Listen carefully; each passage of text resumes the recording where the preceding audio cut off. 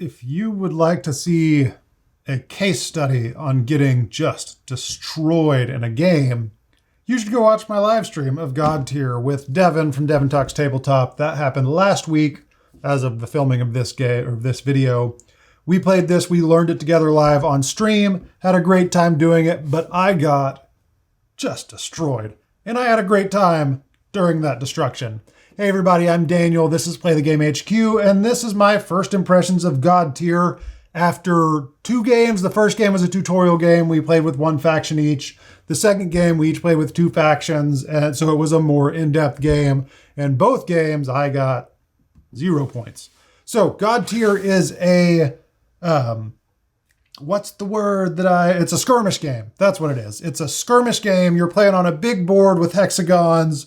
You have your factions, you start on opposite sides of the map, and you're trying to get to these objective spaces so that you can do things like it's not a flag, but essentially plant your flag, claim this space, and keep the other players from stopping you or from reclaiming the space or getting rid of your flag before the end of the round. Each player has at least 1 faction. The faction has a main character and then supporting characters. Some of those supporting characters are small and you can fit multiple on a space. Some of the supporting characters, like I played the second game with Kaylin, and Kaylin and her team are centaurs, and the centaurs are larger characters, so they take up 1 per space. So some of them you can kind of group them and have multiple people on a space. Some of them 1 per space, but there's like 20 plus different factions and sets that you can get. The starter sets come with 2 factions. So if you want to start playing this game, if you want to get into it, you can do it with the starter set. That's going to have enough for 2 players, or for 1 player. Like if you're playing with someone else who has their own, there's 2 factions in here, which you would play with at least 2 factions after the tutorial game.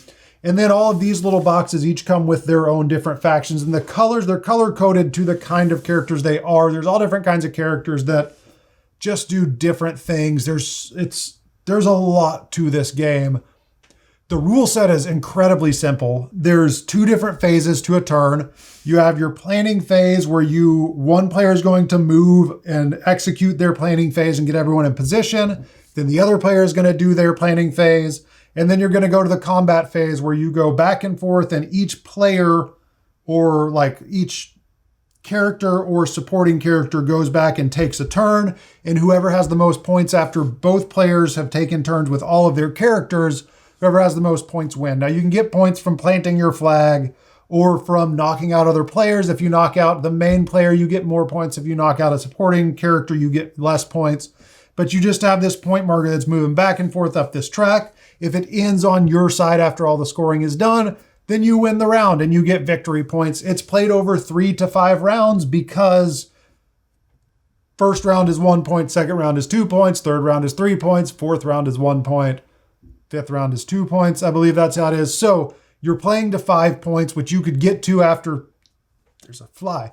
You could get to 5 points after 3 rounds, but if you sweep it, which Devin did, but if there's any back and forth, that's going to take 4 to 5 rounds. But there will be a victor after 5 rounds. And again, the rule set is really simple. It's the actual mechanics of how to play the game, barring any individual knowledge of the different factions, is very simple. It's moving, it's attacking. Different characters have different distances they can move, different ranges for attacks, different attacks they can do. Each faction has very individualized abilities, but as far as how to move or how to attack or how to determine range, all of that, it's all very simple. It's not going to take you long to learn that.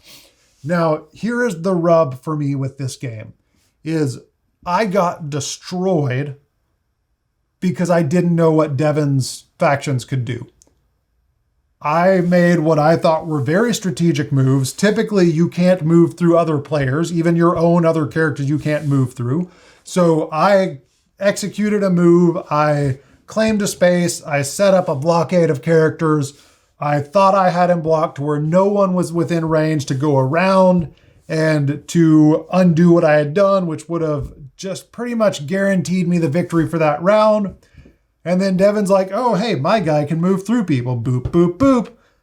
All your stuff is undone. You lose. Again, I had a great time playing this game. It was really, really fun, but that was frustrating. And I think that would be my experience playing this game with anyone who played this game on a level higher than me or was more familiar with this game versus it because of the expandability of it, because of the vastness of the expansions in the God tier world versus a game that just like, here's the box, here's the game.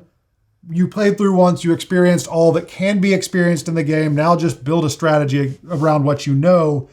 This is a very, very expandable game, and each faction is going to have unique abilities. And if you're not familiar with them, you have the potential to get crushed just by you don't know what you don't know.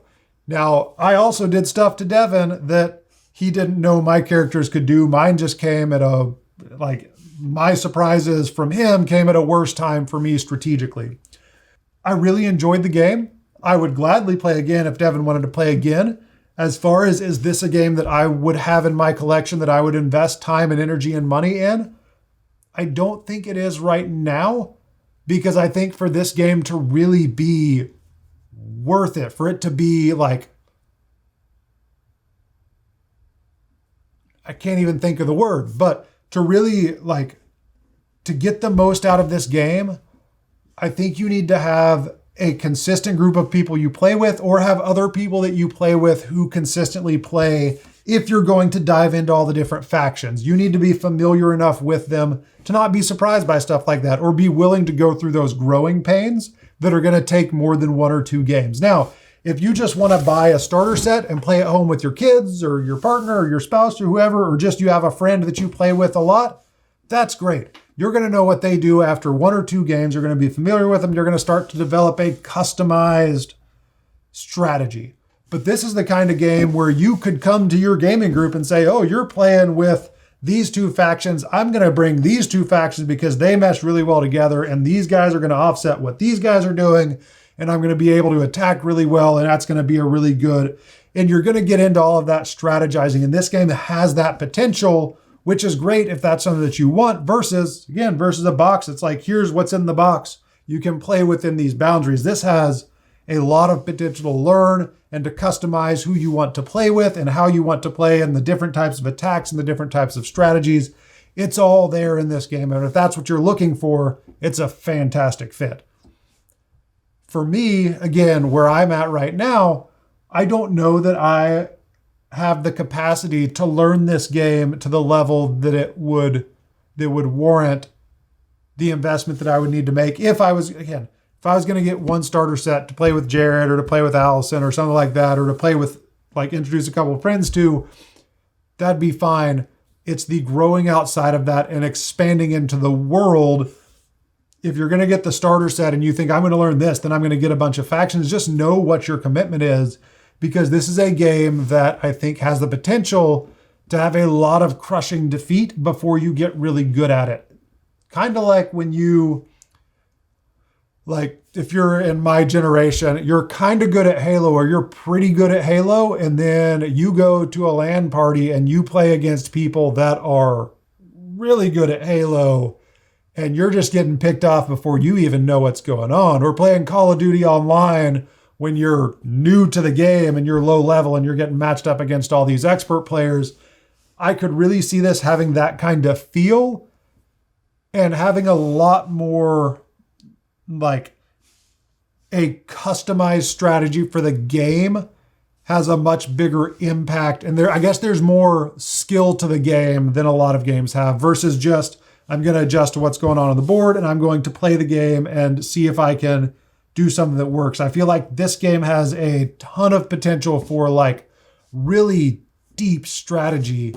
So if that's what you're wanting, if that's what you're looking for, if you're looking for a game that you can pour yourself into and be just super knowledgeable at and get all the different expansions, all the things like that, this is a great fit for that. If you're looking for a like, hey, let me just get a battle game, I want a skirmish game, I want a good 2-player kind of back and forth game, I would say go for one of the starter sets, play that a few times before you at least go pick up any expansions and see how it fits. See if you like the feel of it, see if you like how it plays, or if you're looking for something more kind of, here's a box that has everything and you're just going to kind of stay in those boundaries.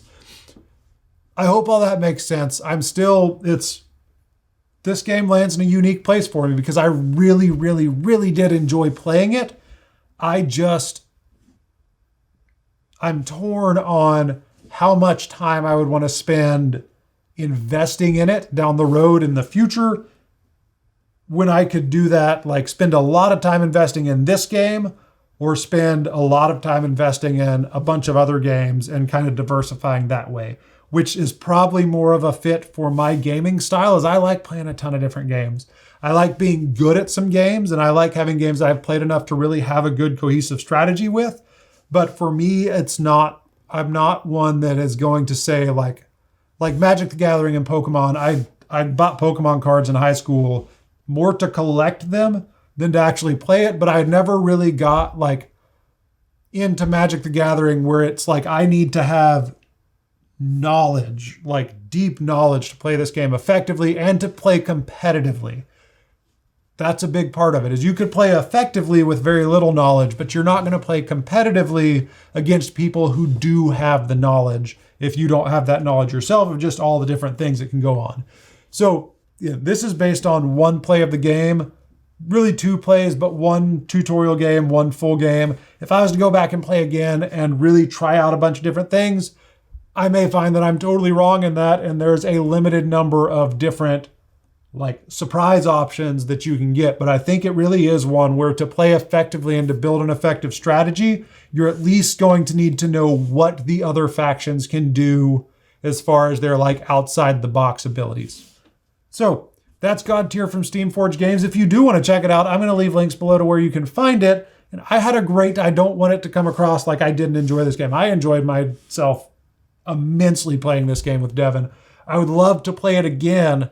I just don't know that I am ready or willing to invest the time and the money in the game because of the amount of time that I would need to invest to feel like I got a good payoff for it and to like be able to really dive deep into it. So yeah, I know those are some kind of scattered thoughts, but I walked away from the game with I really enjoyed that, but I'm not sure if it's a good fit for all of the reasons listed, but I would gladly play again if someone invited me to play. So, again, I'm Daniel. This is Play the Game HQ. This is my first impressions of God Tier. I hope you enjoyed that. I hope this was at least a little bit helpful. I hope you got something out of it. If you have any questions, let me know in the comments. And until next time, see you later. Bye.